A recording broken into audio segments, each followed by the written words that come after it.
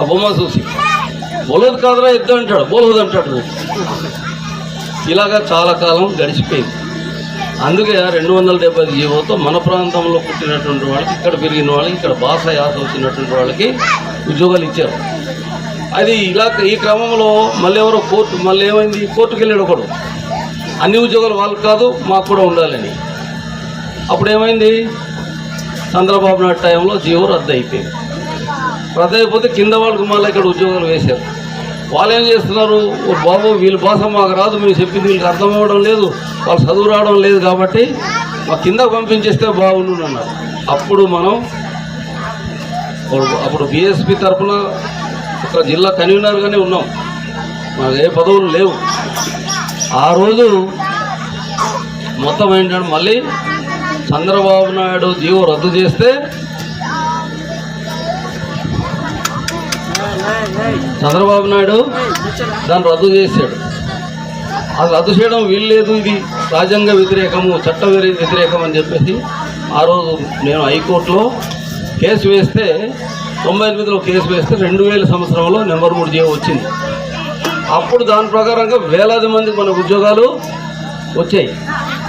ఇప్పుడు మళ్ళీ ఏమైంది, సుప్రీంకోర్టుకి వెళ్ళింది. అది ఇది రాజ్యాంగ వ్యతిరేకం అని చెప్పేసి మళ్ళీ ఆ జీవో రద్దు చేశారు.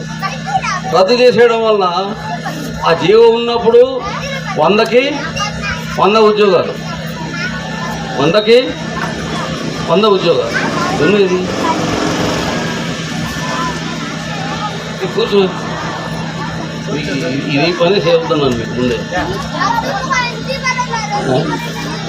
వినకపోతే మీరేం చెప్తారు కుదరదు.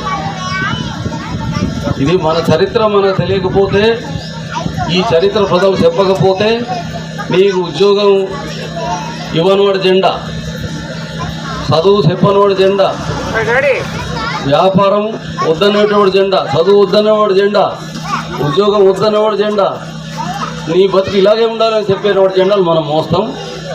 రేపు ఎల్లుట ఎప్పుడు కూడా మనం ఇలాగే ఉంటాం. కాబట్టి ఈ పేదరికం నుండి, ఈ కష్టాల నుండి మనం బయటకు రావాలి అంటే ఏం చేయాలి?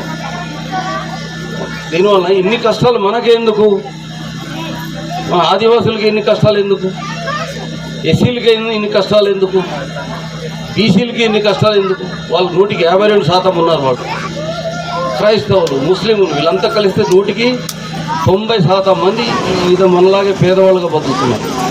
కాబట్టి ఈ పేదరికం దేని మూలంగా వచ్చింది? మనుధర్మం వలన మనకు వచ్చింది. కాబట్టి మనుధర్మానికి నష్టమైనటువంటి ఈ నష్టానికి కారణం మనుధర్మం కదా.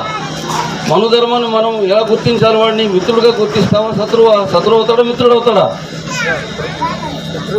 చెప్పండి, చేతులు ఎత్తండి. వాడు శత్రువా, మిత్రుడా? మరి శత్రువు అయితే 2-3 ఎత్తారు, మిగతా వాళ్ళందరికీ మిత్రుడు అనమాట. అంటే మీకు చదువు అవసరం లేదు, మీకు లేకపోయినా పర్వాలేదు, ఉద్యోగం లేకపోయినా పర్వాలేదు, మీ ఓటు హక్కు లేకపోయినా పర్లేదు, ఏ హక్కు లేకపోయినా పర్లేదు, వాళ్ళ ఎంగిల్ మెతుకులు మీకు సరిపోద్దా? ఆ పని మనుధర్మం చేసింది. మనుధర్మమే, అందుకే మనం శత్రువు అంటున్నాం. కాబట్టి శత్రువుని గుర్తించడానికి, శత్రువుని మీకు పరిచయం చేయడం కోసమే ఈరోజు అంబేద్కర్ జయంతి సందర్భంగా ఏం చేసాము? రాజాధికారం, రాజ్యాంగ హక్కుల రక్షణ జిల్లా స్థాయి సంస్థని పెట్టాము. మరి ఇక్కడ చాలా కాలంగా మన వాళ్ళు, మరి మన అసెంబ్లీ అధ్యక్షుడు దొడ్డు, మరి మన అసెంబ్లీ కార్యదర్శి రఘునాథ్, మరి మన వైసోను, గురు, ఇంకా వీళ్ళందరూ మన నాయకులు వీళ్ళందరూ కూడా కలిసి చాలా కాలంగా పనిచేశారు. దీనికి ఎవరెవరు ఉండాలి మీటింగ్లో? చిన్నపిల్లలు వీళ్ళు కాదు. ఈ మీటింగ్లో ఉండాల్సింది ఎవరు? ఒక మండలాన్ని 5 జోన్లుగా చేసి, ఒక జోన్లో 3 పంచాయతీలు ఉంటాయి,